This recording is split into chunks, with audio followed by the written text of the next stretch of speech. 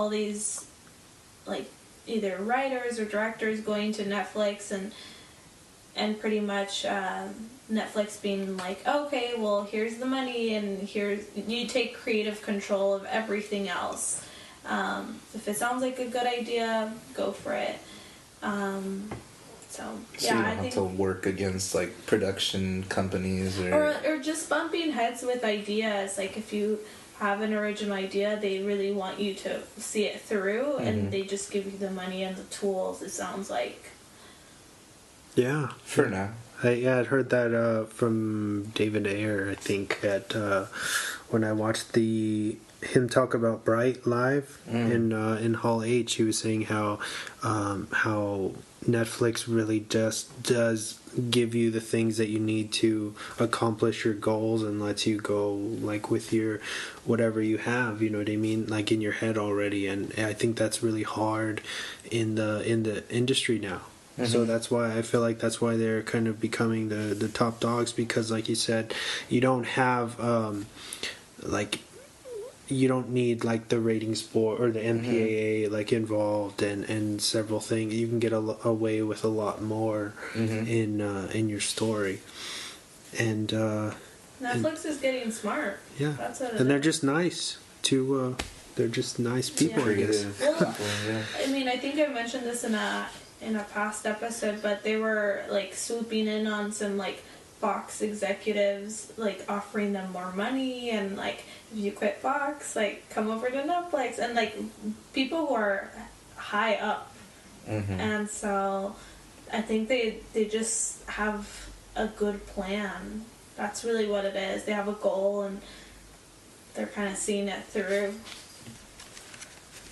Yeah, I think that's probably what sets them apart from other streaming services too, is just their original content and stuff like that. Like Hulu has a little bit, but it's not on the same caliber as Netflix. They've just barely started, I think, right? Pretty recently. So they only have a few under their belt, and Netflix has, like, numerous things now. It feels like they're just cranking out shows and movies like almost like weekly, you know.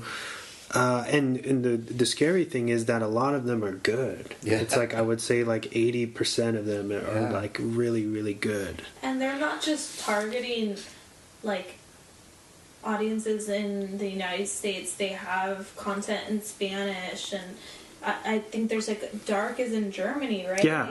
I mean, in German. So, like, you know, I think they're trying to diversify, which is also, they're just kind of playing it safe, you know. If it doesn't work out here, it'll work out in Mexico, or it'll work out in Germany. So they're just kind of planting these, like, seeds and making sure that they kind of spread out and out into different markets, which is pretty smart. So, way to go, Netflix. Yeah. Our main focus is a Netflix original, so... Yeah, totally. We're plugging them for free right now. What's up? Moving on? Yeah. All right.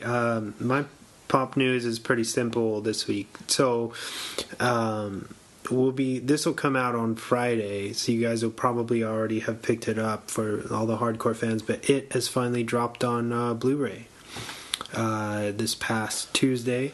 Target has their own exclusive edition. I think they have, like, a holographic cover. Sorry. As I think they have like the, what are they called, lobby cards, a set of lobby cards that come with them, and then Best Buy has their exclusive steelbook, as they usually do, which looks pretty rad. Yeah, so you guys should pick up it. And then in a couple weeks, they're going to be dropping a director's cut of it. So if you want to wait, I would probably wait and snag that, because that's something you probably haven't all seen. You know, an extended cut. And then moving on, Millie Bobby Brown from Stranger Things. She plays 11, of course. Is going to be Sherlock Holmes's, I think, little sister in the new spin-off film franchise coming up. It's like a mystery books. Yeah. Like she'll be playing the main character. Oh, so Sherlock's not even in it at all? I'm not familiar with the books. I just know it's a series of like mystery books that she'll be leading, but I don't know anything else besides that. Yeah, I thought that was interesting, especially because that's her kind of diving away from what we all know her as. Mm-hmm. So that'll be pretty cool to see pan out. And then I think, do you guys have any news for me? I believe Annie does. I've got some news. Go It ahead. won't be as fire as James's news, but I'll try.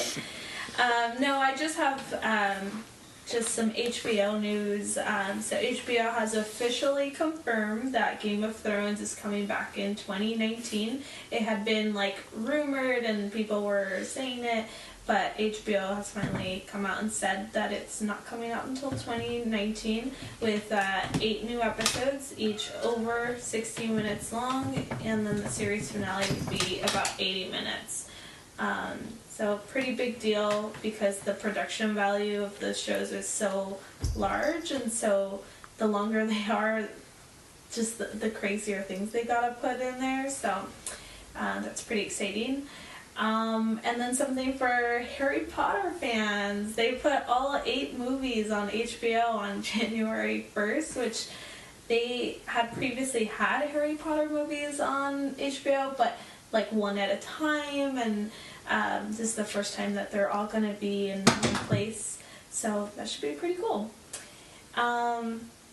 Moving away from HBO, the Golden Globes were on Sunday, and if you don't care too much about awards, that's fine, but I like to kind of see what is being recognized, just to see if I think it's worthy of being recognized. But some of the big notable wins were at 3 billboards outside of Ebbing, Missouri. They got 4 awards. The Shape of Water, which we all went to go see, snagged 2 awards. Lady Bird, which has very good Rotten Tomato ratings, and just like everyone loves this movie, had 2 awards, and then Big Little Lies on HBO with 4, and then it's I think it's been confirmed that it's coming back for season 2, which I'd be interested in seeing what that would look like. But even if it didn't come back, I thought that show ended pretty perfectly. So if it was just those episodes in that one season, I think that'd be great. So yeah, that's all I've got. Nice. You didn't say what Guillermo won for. I think that's a big thing. He won for Best Director, right? Director. Yeah, it's huge. He went to In-N-Out afterwards. Yes, you said me that. Yeah, he really knows how to live it up. Because he's that's his first win, like his whole career, spanning his whole career. He's been in it for 25 years, I think. Yeah. He finally wins for his favorite. I think he said Shape of Water is his favorite film so far that he's made. So that's a pretty big accomplishment, I think. Yeah, I think so. Should we start our recs? Nobody has any more news? I do not have any news. No? No, that was it for me. Guest appearance from Sneakers? Our cat wants to be on the show. Alright, we'll move on to the next segment then. And now it's time for the weekly recommendations. Alright, I'll start off with James's rec, which is Netflix's Bright. Nice. It was good. Starring Will Smith, Joel Edgerton. and Nomi Rapace as the elf. I like this movie. Yeah. I thought it was good. What was the other elf's name? Edgar Ramirez, is that correct? I think I think that's it.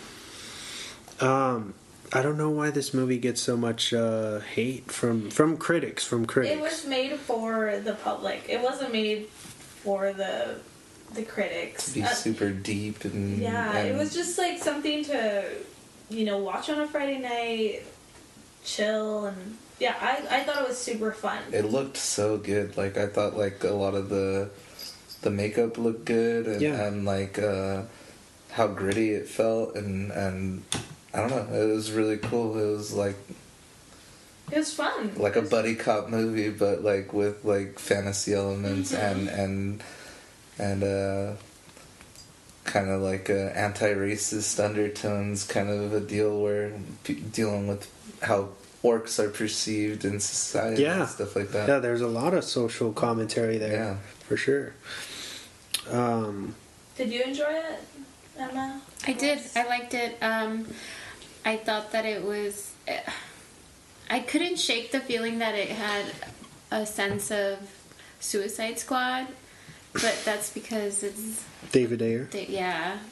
Just the music and like how he used it, but I liked it a lot better than Suicide Squad. Well, I feel like because this one is like feels very rated R. Going back to his, because he's like a beat cop kind of filmmaker, you know what I mean? And so him giving him that element, I feel like really worked for him, and then him like throwing in the fantasy stuff really was cool because it was like expanding on what he's used to, you know what I mean? And it was way better than Suicide Squad, I thought. I thought it was great. Yeah, I didn't like Suicide Squad. I really enjoyed Bright, though.